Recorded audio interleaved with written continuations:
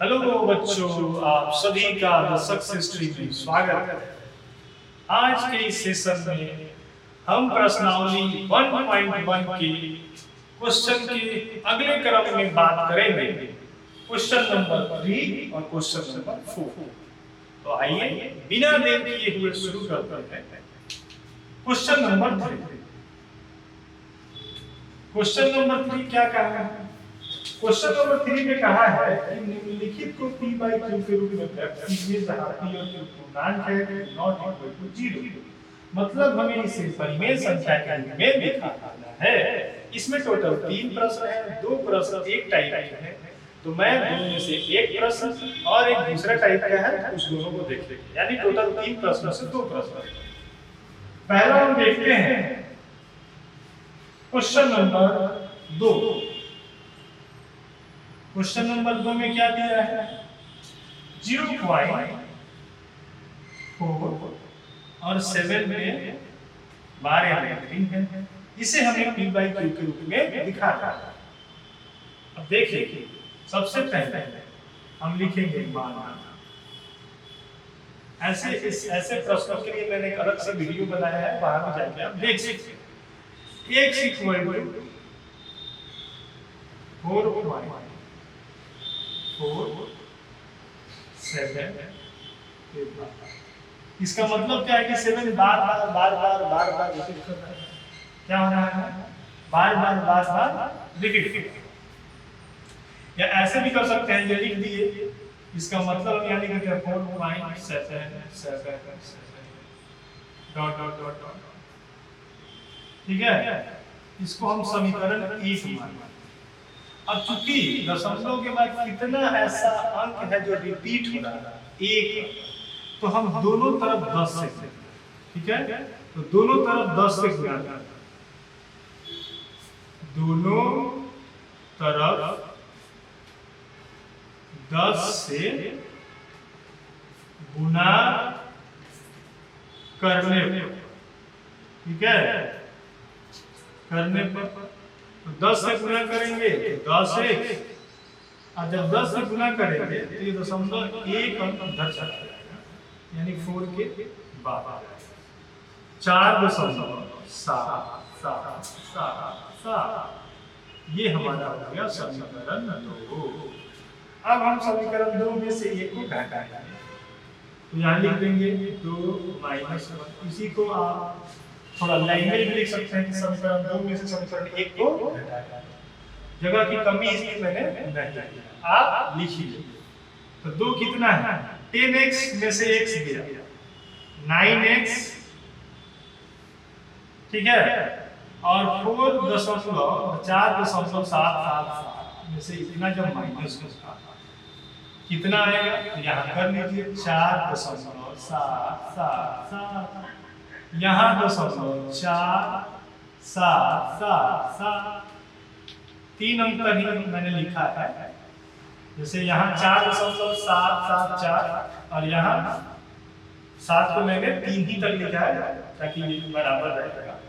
आप एक और लिख सकते हैं यहाँ भी, क्योंकि डॉट डॉट का मतलब 7 रिपीट हो रहा है। 7 7 कितना हो जाएगा? 0 7 7 0 7 7 0, 7 में से 4 गया 3, और ये बचा कितना? कितना बचा? 4।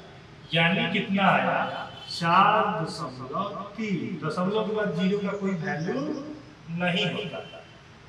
क्या नहीं होता है? कोई वैल्यू नहीं होता। 7 में से 7 गया 0 0 0, 7 में से 4 गया 3, यहाँ तो 4 बच जाएगा, क्योंकि 2 में से जब हम 1 को घटाएंगे, जब 2 में से 1 को घटाएंगे तो इतना वैल्यू आएगा, तो हम लिख दिए। अब x का वैल्यू तो यहाँ लिखिए 4.39। अब यहाँ दशमलव है, तो ये दशमलव यहाँ से हटा दिए। दशमलव के बाद 1 अंक है 1 0, यानी फाइनल हमारा आंसर 43/90 है। कितना आया? 43/90। उम्मीद करता हूँ आपको समझ में आया होगा।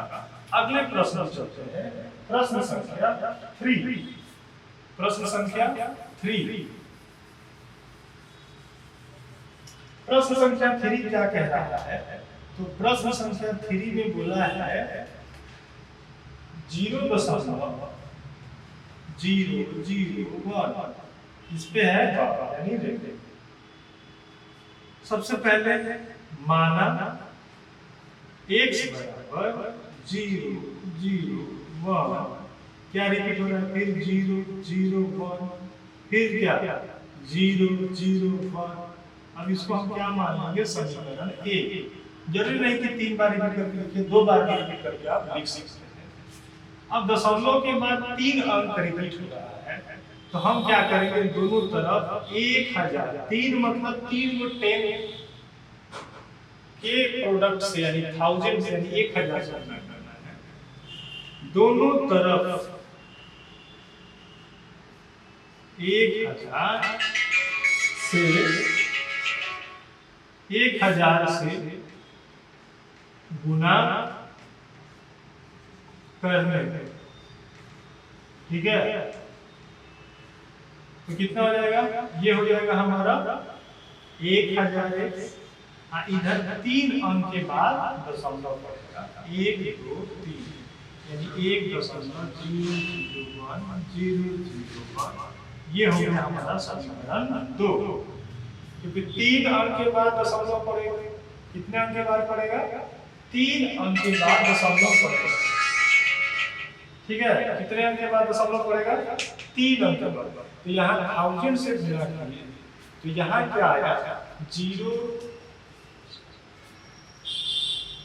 यहाँ दशमलव होगा 0.001 ठीक है।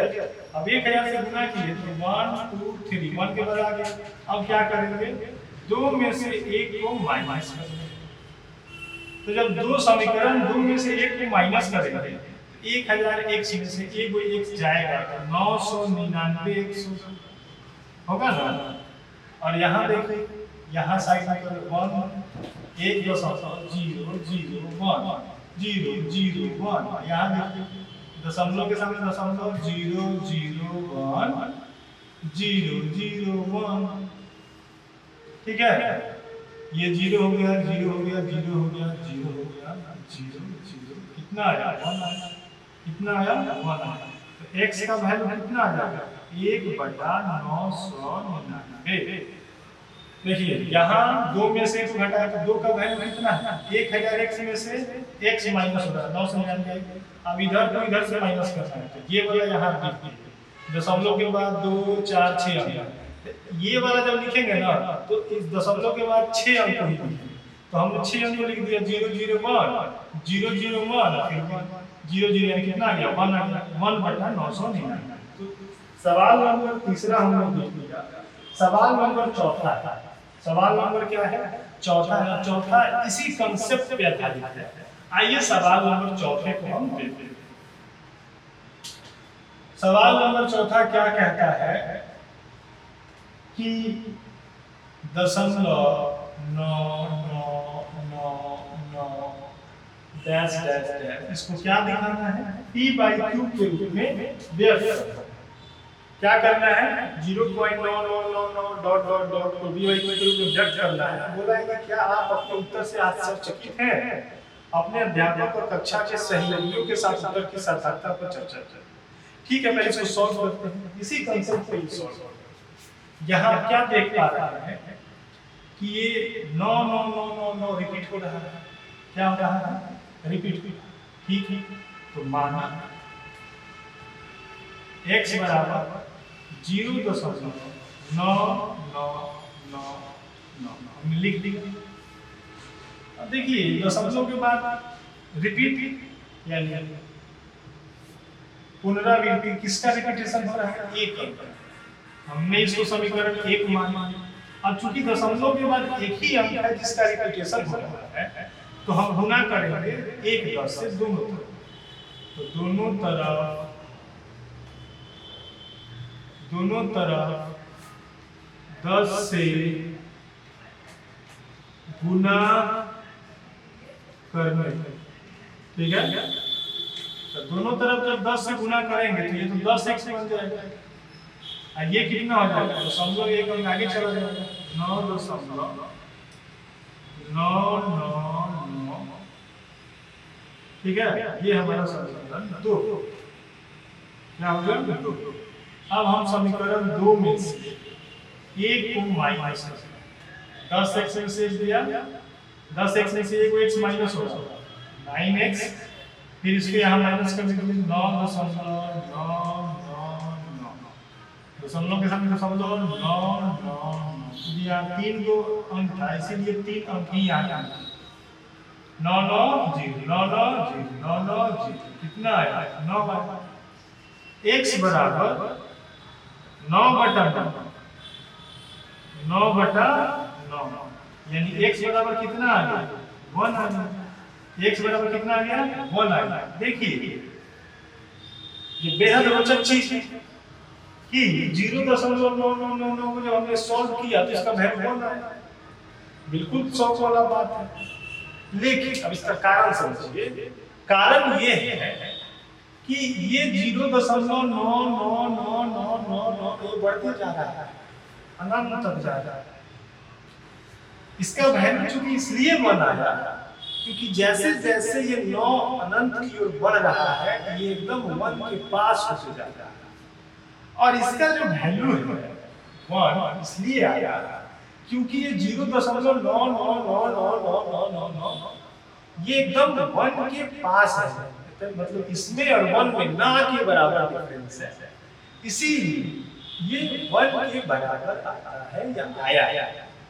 चूंकि इसके और 1 के बीच में ना का डिफरेंस है, क्योंकि जैसे जैसे जैसे आप आगे बढ़िएगा अनंत की ओर बढ़िएगा 1 और इसके बीच का फासला कम होते जाता है, इतना माइनर फासला है कि इसमें और इसमें कोई अंतर ही नहीं। तो चलिए क्वेश्चन नंबर 4 तक हमने कर लिया। अगले सेशन में हम आगे के प्रश्नों को देखेंगे। आज के लिए इतना ही। अगर अच्छा लगता है तो लाइक और सब्सक्राइब जरूर।